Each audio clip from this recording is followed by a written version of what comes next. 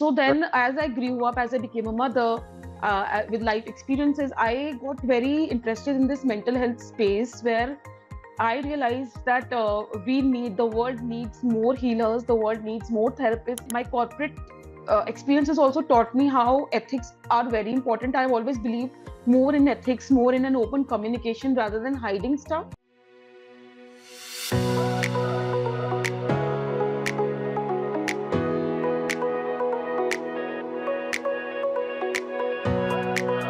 Welcome to FaceTime with Leaders, a podcast series by World Development Corporation. I am Rajesh Joshi, uncovering some great achievements and contributions of unsung heroes inspiring others. Today, we shall dig deep into the vital factors of data management with Ms. Neha Gupta's career as a case in point. I'm eager to begin our show with you, Ms. Gupta. We welcome you to our podcast. Thank you so much, Rajesh. Thank you for having me here. The pleasure is all ours, ma'am.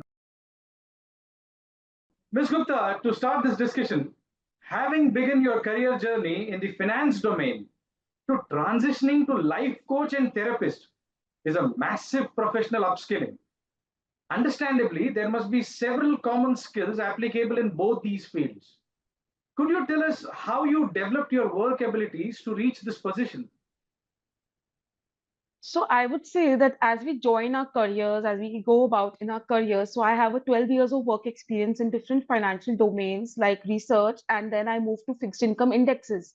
So Okay. fixed income indexes is a very niche business in its own because the information of fixed income is not available everywhere in the world, and the data providers are very few. So you would see that this is a very niche skill, whereas the equity indexes are fairly common. The fixed income world is fairly untouched, I would say, and it's not even as developed in India if you compare with the other world developed nations, right? Like Europe and Americas.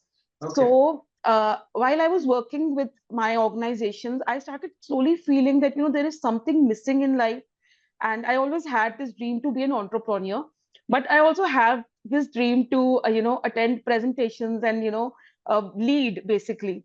Uh-huh. However, I realized that through my corporate journey, this could be a little longer journey. Also, again, like I said, in a very niche, when you are in a very niche industry, what happens is that there are similar kind of same kind of people who go on from one organization to another. So Right. you don't get that kind of a very open exposure where the industry is big and that you can frequently change jobs or get promoted to a very senior designation because a director or a VP will remain there. Mhm. Because again, there are very few companies, there are very few openings. Right. Right. So Right. then, as I grew up, as I became a mother with life experiences, I got very interested in this mental health space where I realized that the world needs more healers, the world needs more therapists and people, who can guide other people how to live their life in a more positive aspect. And of course, my own family challenges, my own personal challenges also helped me build this awareness about how important mental health is. So yeah, I started taking up this course after I left my job in January. I Mhm. gave myself 6 months of time and I signed up for a few courses to see where my interest would take me. And yeah, that's how I embarked on this journey. It was a good transition, I would say. Oh, I bet it must have been a good transition because I can see the joy, the happiness on your face, and I can see that you look very satisfied after making this decision, which I believe is the crux of the matter, right? One needs to be satisfied so that one can be happy about what he's doing. That Yeah. was yeah. Life coaching, regression therapy, etc., needless to say, involves dealing with a lot of complex thoughts. However, administering the treatment requires equal simplicity. So, how do you meet this balance? So, everything is simple when we go about in life, but when we delve deeper, the thoughts are complicated. So Oh, yes. when we onboard a client, it's just a work where two people talk to each other. There is no, I would not say that there is any treatment as such where you have to take a medication or something. No, it is all mental work where we have to delve deeper into our thoughts and why certain thoughts are the way they are. So Right. that's what we do in therapy sessions. And again, once we are done with therapy and once the client feels okay, if he's very stressed or if she is in a depression mode or burnout mode, once they come to a level, then coaching works to help them achieve their goals. But Okay. a lot of subconscious wiring goes there, because without changing our subconscious way of thinking, we cannot do that. So it's Right. all thought work, it's very deep work, it is complex thoughts, as you said it right. But I would say that once you really enjoy this work, as a coach, my success depends upon my client's success, and I give my 100% to them. Like, I am always there whenever they need me. They can contact me, so that would add to my credibility. Oh yes. Speaking of credibility, Ms. Gupta, as you were going through this entire the description of what we were discussing, one thought came into my mind that the trust factor involved in this entire transaction, if I may say so, where the client is, allowing you to enter into the innermost circle of the client, and you have access to certain thoughts, certain behavioral maybe capabilities of the client. The trust factor, I believe, must be at the pinnacle, at the topmost of everything that you do, right? Absolutely, Rajesh. We don't even onboard clients, even if they show an iota of doubt that, will this work for me?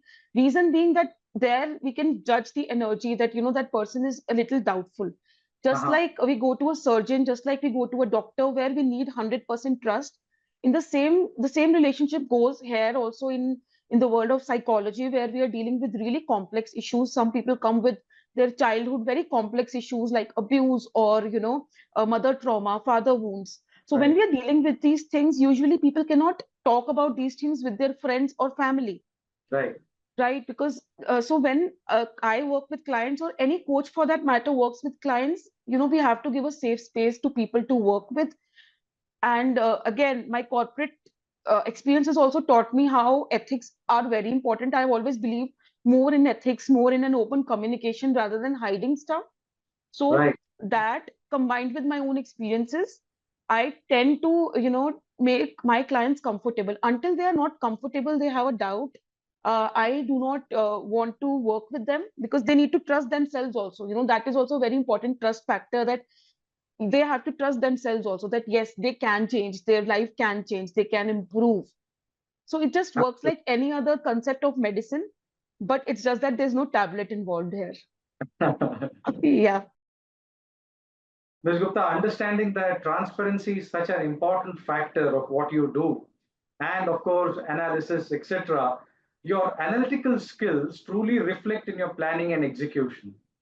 Or, if I may say, actually, planning and execution may not be the right words, because it is ingrained in your capabilities, as you have been demonstrating through all these answers that you're Yeah. putting across to us. Yeah. Another area you have actively been interested in is ESG. Could you shed some light on how you integrate it in your current role, and how did you develop an interest in it in the first place? Okay. So after I became a mother, a lot of changes happened in me. I started feeling very anxious whenever I would see people using straws, people using disposables. Uh-huh. Especially during COVID, a lot of people, because maids were not there, they started moving to disposable. So seeing those big plates and utensils of plastic, they used to give me a lot of anxiety, for a simple reason that I used to feel that, how my son will survive in this plastic environment. So that was the first thought. But yeah, even before that, I was aware. So I started with some measures, say for the environment, like suppose I never used disposable diapers for my son. I always use cloth diapers, despite of working. Okay, so of course, I had to train my house help also for that. I had to train my mother-in-law also for that. But I realized that it's worth the pain. That's where I started getting inclined towards sustainable measures. Mm-hmm. And Mm-hmm. then when I was working with IHS Market, I this entire concept of green bonds and ESG ratings, all of it started coming into picture, and I realized that yes, this is something which is here to stay. And Right. then we started implementing the ESG ratings into the indexes and created in ESG indexes. So Okay. this concept never left me. I would say it started with sustainability, then it moved to this proper formulated guidelines of ESG, And then again, when I was in Morningstar, again, we were working on development of fixed income indexes, but there were also ESG indexes that was always there, right? Okay. So that is where I started gaining interest towards this line that, let us explore what this ESG exactly is and how can corporates incorporate certain things to Mm-hmm. be environmentally and socially more conscious. Okay. Okay. So then again, when I started taking this life coaching, I also realized that within the corporate world, people are struggling to have that work-life balance. It is uh, really very stressful to see. My own husband, he's also in corporate. So, Right. I see, like, I have traveled myself, even when I was expecting, I have traveled for whole 9 months, 45 kilometers one side. My goodness So me. I know the kind of stress it brings along, and I also know that how women suffer. And so again, combining it with the social aspect of it, my bigger goal is to probably, when I again join corporate, but not as a employee, but as a life coach, where I could work with with their employees. Maybe every month that they can nominate few employees who can Mm-hmm. work with me. Because within the corporate there are measures where the corporates are funding education, they are funding courses. Like my company Morningstar was funding for CFA. So why not for mental health, why not for life coaching, why not for therapy, right? Why not? Because it is the need of the hour. It is definitely needed to contain the stress, especially in millennials, right? Because I Right. am a millennial and I really feel that pressure that I don't want to pass on any negative trauma to my son, but I also have to deal with the trauma that has been coming to me. Right. Right. So I feel that really, if corporates employ life coaches, therapists, and on board, it should not be like, they have a tie-up with an app, because then you cannot know whether somebody is using it or not. But if a life coach is sitting in the office for a certain time, or if that person is approachable, then I think these services would be more accessible to people and more awareness would be created. And of course, then they can add it to their annual reports that, we have done so and so measures for social aspects also. Fantastic. Fantastic. Ms. Yeah. Gupta, from whatever you have said, I mean, I cannot help but bring this point about. Are you now trying to suggest that there is now a time has come where one has to move out of that dependency on the app for something as serious as mental health to an actual person sitting there in the office, and you could name it as a ESG department, you could name it a welfare department, you could name it whatever you want to, but are you suggesting that now it is back to a person again from that app thing that people were subjected to, if I must say, in the last 7, 8, 10 years or so? Not really. I'm not saying to move backward, but you Uh-huh. realize after COVID happened, and now they are again asking people to come back to office. Right. So when people are coming to office, when they are commuting so much, then again it's a real life pressure, right? We are no longer sitting in our homes and just working on our laptops. We have to actually travel. So with Right. that real life struggle, that need for connection is also coming up, that people need to talk to each other, people need Right. to look at each other and have a faith. So it's not like a person has to permanently sit there, but even if a life coach is coming to a office and just addressing everyone for a lecture, for a seminar, once in a month or twice in a month, then that can, they can see that yes, this is the existing person. Otherwise, on the app it could also be a bot. How do you know whether it's an actual human talking or it's a robot? Right. So Right. that human touch is equally important, is what I feel. So personal interaction, maybe once in a while at least, on some sort of a regular basis, Yeah. within corporates, within organizations, is what you're advocating, which is definitely going to be the first step, if not the entire solution towards employee welfare. Yeah, because it would also develop some kind of acceptability among, Right. because this is what I have experienced even in my colleagues, whether and in myself also, that if you are stressed out, if you are facing some mental health challenge, or in Right. general, even if a family member is sick, then usually not all the leaders in the company would be very open to giving you a leave there, or they'll not be very empathetic. Right. So Right. if we do this, there will be more empathy, there will be more friendliness, that camaraderie between people, that uh, that it is acceptable. Just like a fracture, this is also acceptable. Yeah. Completely understandable. Ms. Gupta, thank you for sharing such marvelous insights. Thank Uh, you. Yeah. you work with global teams to resolve indexes, which includes ESG incorporation.